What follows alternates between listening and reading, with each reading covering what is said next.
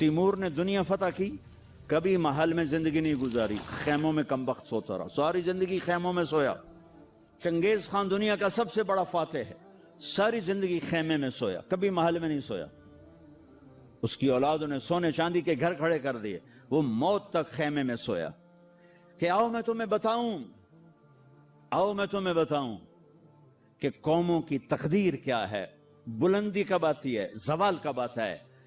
جب شمشیر ہوتی ہے، تیر و تلوار کے نغمے ہوتے ہیں تو یہ اوپر اٹھتے ہیں، اور جب تان سین ہوتے ہیں اور طبلے کی تھاپ ہوتی ہے اور سارنگی کی سر ہوتی ہے اور گانے والی کیا آواز ہوتی ہے، تو پھر وہ قومیں سو جاتی ہیں، ڈوب جاتی ہیں، ہلاک ہو جاتی ہیں، تباہ ہو جاتی ہیں۔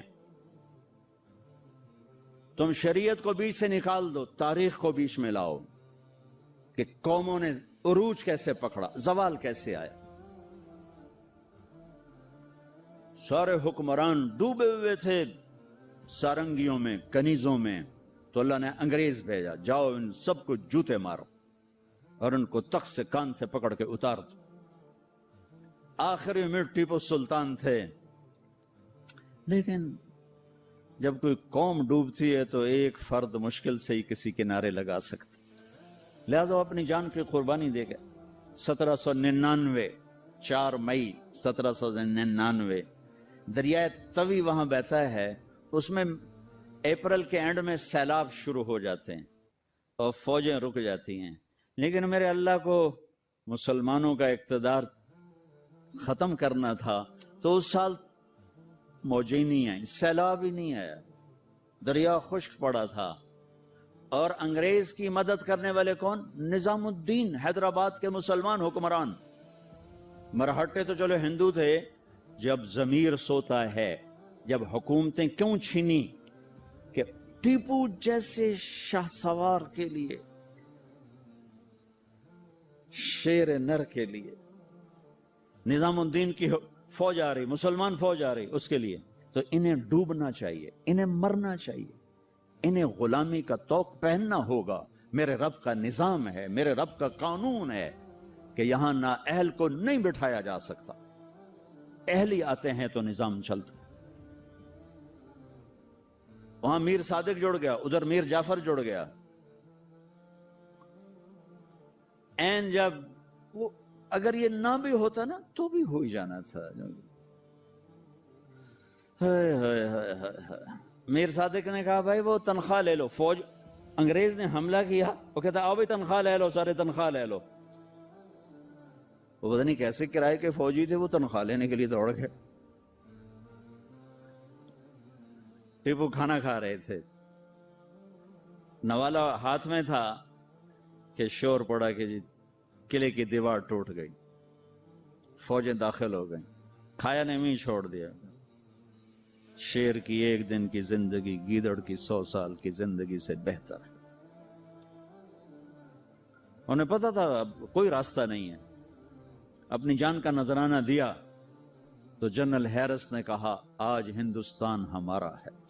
پھر دلی بھی آ گئے۔ شاہ عالم ثانی کے زمانے میں دہلی میں انگریز داخل ہو گئے، اور پھر بہادر شاہ ظفر جو 1857 کی جنگ آزادی، وہ ایک ایسے جیسے یہ ہمارا جلوس نہیں ہوتا، جلوس، ان جلوسوں نے کبھی کچھ کیا؟ جلوسوں سے کچھ نہیں ہوتا سوائے کہ 2-4 گڈیاں ساڑے ہو، 2-4 سائن بورڈ بن دے ہو تے جاندے گراہ گیران دے بوجب لٹ لو۔ تو وہ ایک جلوس تھا، نہ کوئی نظم تھا، نہ کوئی ترتیب تھی۔ اور ظلم کا جواب ظلم نہیں ہوتا ہے۔ جب انہوں نے دلی پہ قبضہ کیا تو انگریز عورتیں تھیں وہاں، 70 انگریز عورتیں تھیں اور 30-40 بچے تھے، انہوں نے سب کو ذبح کر دیا۔ ان کے ساتھ اللہ ہوگا جو عورتوں کو ذبح کر دیں، جو بچوں کو ذبح کر دیں۔ میرا دین ظلم کی اجازت نہیں دیتا۔ حضرت علی اور یہودی آپس میں جنگ ہو رہی، خیبر قمواس کا قلعہ، ابھی بھی اس کی دیواریں کھڑی ہیں۔ میں پچھلے سال گیا تھا وہاں، اس کو دیکھا تھا جا کر، جہاں سے حضرت علی چڑھے، دروازہ توڑا سب، تو اس پر وار کرنے لگے، اس نے منہ پہ تھوک دیا، تلوار پیچھے کر لی کہ چلو دوبارہ کہنے لگا ہیں دوبارہ کیوں؟ مجھے قتل کیوں نہیں کیا؟ تو میرے اوپر چھا گیا تھا. کہ پہلے تو میں اللہ کے لیے قتل کر رہا تھا, جب تو نے میرے منہ پہ تھوکا تو مجھے غصہ آ گیا, مجھے ڈر لگا کہ تمہارا قتل میرے غصے کی وجہ سے کہیں نہ ہو, اللہ نہ ناراض ہو جائے, میں تمہیں اللہ کے لیے قتل کر رہا ہوں. انہوں نے کہا میاں مجھے کلمہ پڑھا دے, مجھے نہیں لڑنا. اور جب اسلامی لشکر جاتے تھے تو حکم ہوتا تھا کسی بچے کو نہیں قتل کرنا, کسی عورت کو نہیں قتل کرنا, کسی گرجے کے راہب پادری کو نہیں قتل کرنا, بوڑھوں کو نہیں قتل کرنا, درختوں کو آگ نہیں لگانی, درختوں کو نہیں کاٹنا. ہاں اس نے ناکام ہونا ہی تھا, لیکن اس میں مرزا الہی بخش, نجف خان, نواب شجاع الدولہ, یہ 3 آدمی اس میں ذریعہ بنے. لیکن وہ نہ بھی ذریعہ بنتے تو بھی وہ معاملہ 4 دن بعد پھر ہو جاتا, 4 دن پہلے 4 دن بعد ہوتا, لیکن ان کے ماتھے پر رسوائی کا داغ لگنا تھا, اور ان کی قبروں نے موت تک نحوست دیکھنی تھی, اور ان کی ہڈیوں نے نحوست دیکھنی تھی. تو مرزا الہی بخش, نواب شجاع الدولہ اور نجف خان, یہ انگریزوں سے مل کر انہوں نے راستہ بنایا, اور یوں 1857 پر آ کر مکمل زوال ہو گیا. اور پنجاب میں رنجیت سنگھ آ گیا, ایک گجرانوالے کا تھا, ڈاکو سے بادشاہ بن گیا.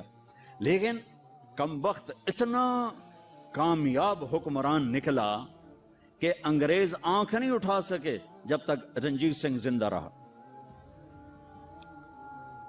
ایک آنکھ ضائع ہو گئی تھی جنگ میں.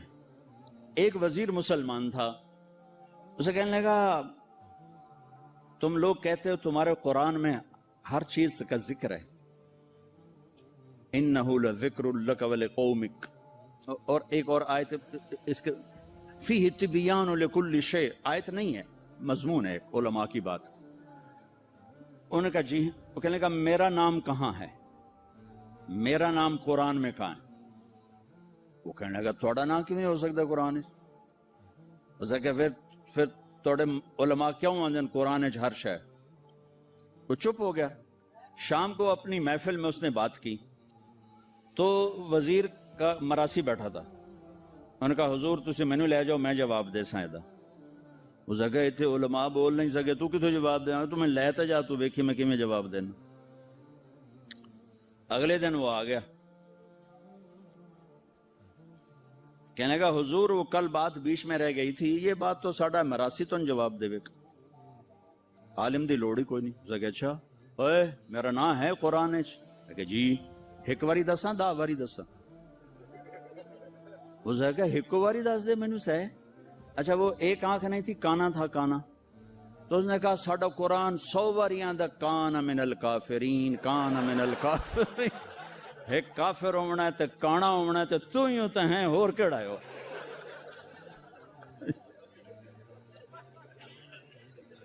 1818 میں اس نے میرا ضلع ملتان فتح کیا, رنجیت سنگھ نے. مظفر خان کی حکومت تھی, وہ 5 بیٹوں سمیت شہید ہوئے. وہ خود بڑے عالی حکمران تھے, لیکن نہ عوام میں جان تھی نہ فوج میں جان تھی, صلاحیتیں ختم ہو چکی تھی, شہید ہو کے 5 بچوں سمیت شہید ہو کے. پھر اس نے